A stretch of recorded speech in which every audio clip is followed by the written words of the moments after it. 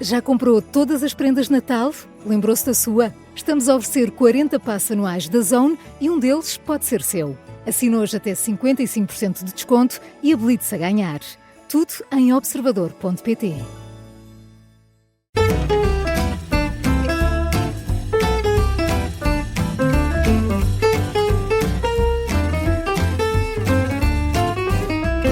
Olá, sejam bem-vindos. Esta é a História das Histórias, mais uma vez com Alberto Correia. Eu sou o João Paulo Sacadura e estou sequioso e com muita vontade de saber o que é que nos vai trazer hoje o Alberto. E eu sei que é mais uma crónica de fazer crescer água na boca, porque vamos falar das queijadas de Carapito de Aguiar da Beira. Vamos a isso. Bem-vindo, Alberto.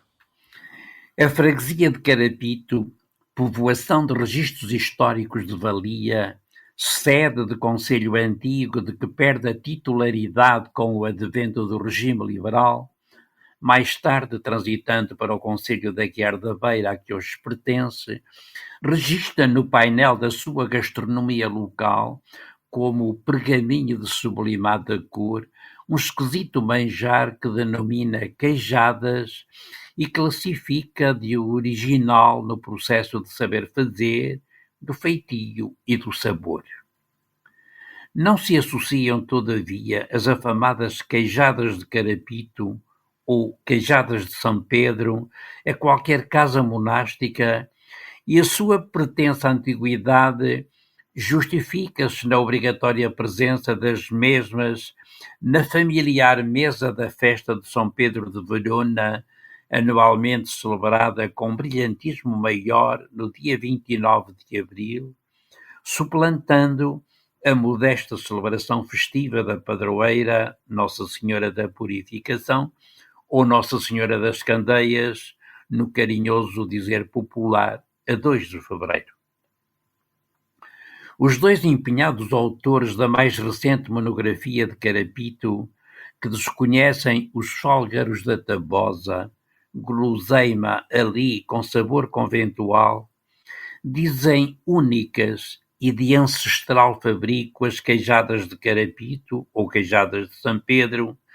manjar não atribuível pelos mesmos a uma origem conventual, e descrevem-nas, as queijadas de São Pedro, como uma espécie de pão ou bolo de farinha, ovos e queijo fresco, de vaca ou de ovelha,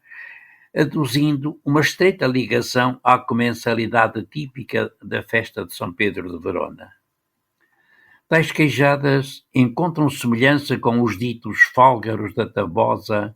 pequena povoação do concelho de Sernancelho, onde a tradição os integra ano a ano na festiva comensalidade das festas de Nossa Senhora das Candeias e São Brás,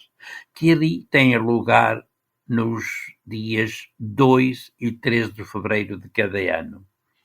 Diversas vezes as nomeia Aquilino Ribeiro. A confecção anual das queijadas traz como consequência e permanência de um acentuado caráter da experimentação no modo de fazer ancorado sempre na lição dos maiores, mãe ou avós,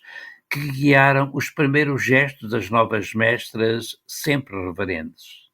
Daí que não exista qualquer receituário escrito, formalizando-se o mesmo a partir de uma inicial quantidade de farinha lançada numa bacia, a que se acrescenta, mercê de cálculo empírico, uma certa quantidade de ovos, claras e gemas, a que outros mais ovos possam ser acrescentados à medida que se desenvolve o ato de amassar, realizado após a prévia junção de queijo fresco que se misturou com a farinha. Tarefa eminentemente feminina, a confecção das queijadas, cumpre-se nos singulares atos de duas mulheres que a racionalizam, fazendo competir a uma o ato de amassar,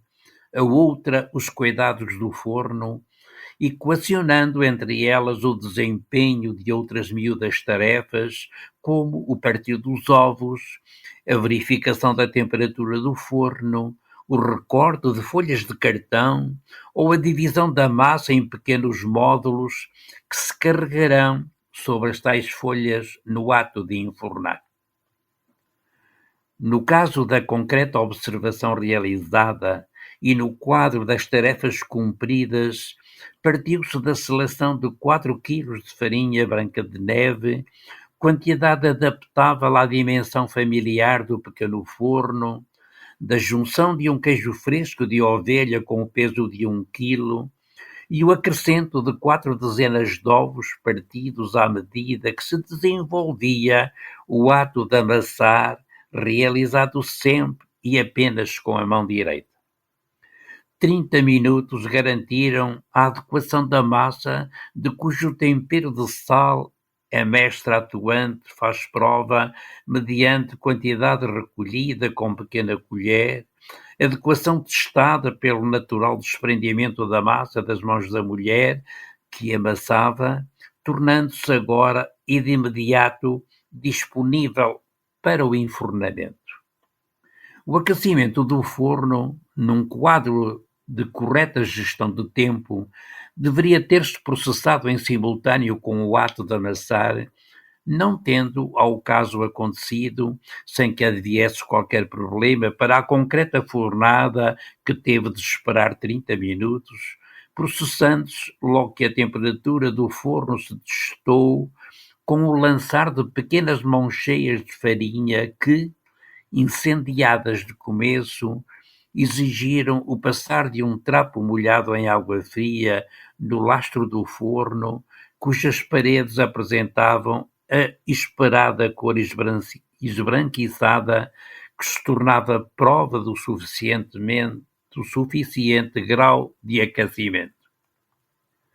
Transportada para o pequeno átrio do forno, a bacia com a massa, fragmentos da mesma formatados ao jeito de pinha são agora colocados sobre fragmentos de papel ou cartão recortado que se pousam sobre a pá de ferro manuseada por uma das mulheres que os distribui pelo lastro do forno, cuja limpeza previamente se realizou, deixando o borralho amontoado à boca do forno. A cozedura prolongou-se, no presente caso, por 60 minutos, durante os quais as mulheres iam verificando, através da porta entreaberta, a coloração das queijadas que se movimentaram com o redoiro para que o cartão em que assentavam não se queimasse em demasia. Um último toque no lastro de uma das queijadas garantiria, mercê da sonoridade registada, o justo grau da cozedura e processava-se então o ato de desenfornar e a colocação das queijadas sobre o pano de linho de um tabuleiro que as recolhia. As queijadas de São Pedro, como vulgarmente são designadas, confeccionadas no quadro do estrito ambiente familiar, são consumidas no âmbito de um mais alargado círculo de sociabilidade que envolve os membros diretos da família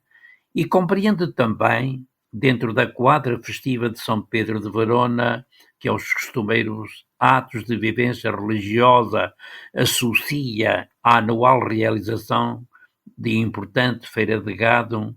um universo de parentela, de compadrio e de relacional amizade com gente de aldeias da vizinhança com as quais se entreteceram relações de negócio ou de empática presença gerada tantas vezes pela alegre e ocasional convivialidade no terreiro da romaria ou da feira. Confesso que, Alberto, diverte muito esta receita, que não existe o receituário escrito, digamos assim, mas eu adoro quando estes saberes antigos vêm com... Tem que ser 2 mulheres, uma fica encarregue do amassar, a outra cuida do forno. Amassar sempre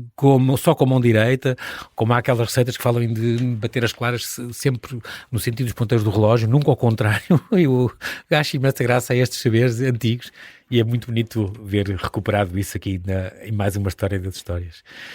Muito bem, Alberto. Continua vivo este saber, neste momento até produzidas ao longo do ano por uma padaria local. Pronto, então isso é muito bom saber, então que não se perde e continua a fazer-se.